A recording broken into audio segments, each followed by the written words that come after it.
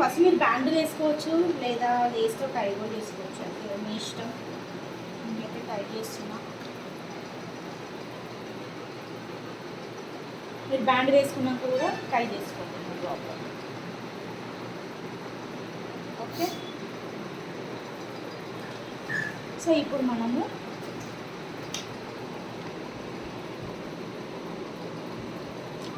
ఇటు కార్నర్ ఒక హెయిర్,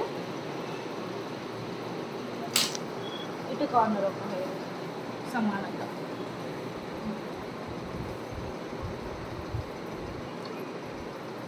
తీసుకొని ఈ పైన పెట్టాలి.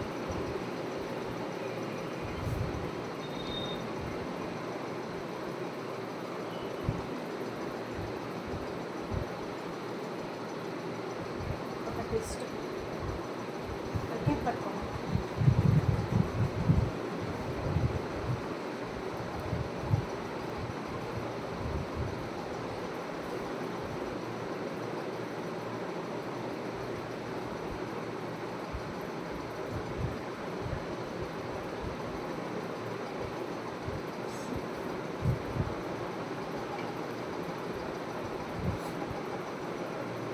లాంగ్ టు షార్ట్ వస్తుంది అర్థమైంది. అయితే కొంతమంది అయితే వాళ్ళు పక్కన పెట్టేసి ఇది మనం పోనీ లాగా కూడా వేసుకోవచ్చు, లేదు మిడిల్ పార్టీషన్ పెడుతున్నారు కొంతమంది, కూడా వేయచ్చు.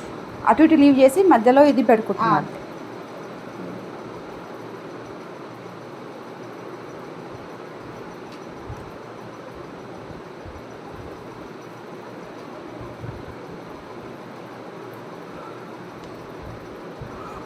అర్థం కాలే, అటు ఇటు లీవ్ చేసుకుని చూపిస్తాను. ఇది అదే నాకు అర్థమవుతుంది, ఇది వదిలేసినాక అర్థమవుతుంది.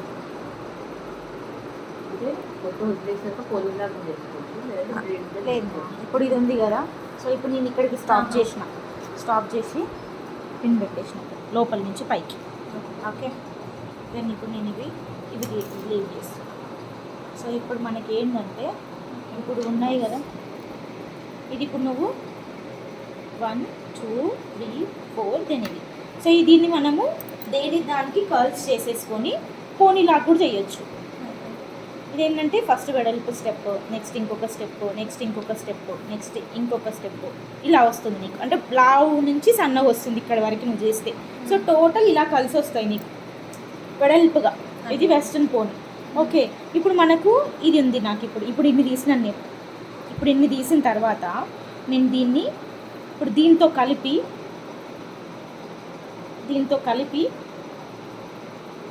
ఇది మొత్తం మళ్ళీ చుట్టేస్తా. ఓకే, నువ్వు ఇలా ఒకటేసారి పైనుంచి చుట్టేసుకున్నా నో ప్రాబ్లం. నువ్వు ఇది వెట్టి చేసుకున్న తర్వాత ఎన్ని తీసుకుంటున్నావో అన్ని ఇది ఇలా చేయొచ్చు. ఇది మళ్ళీ ఇక్కడ నుంచి ఇది పెట్టిన తర్వాత మళ్ళీ సేమ్ ఇక్కడ వన్ తీసుకొని మళ్ళీ ఇక్కడ వరకు చేసేసి మళ్ళీ మిక్స్ చేసి మళ్ళీ తీయొచ్చు ప్యాటర్న్ బబుల్ లాగా. ఓకే, ఇది ఒక ప్యాటర్న్. సేమ్ ఇదే ప్రాసెస్ ఇక్కడ.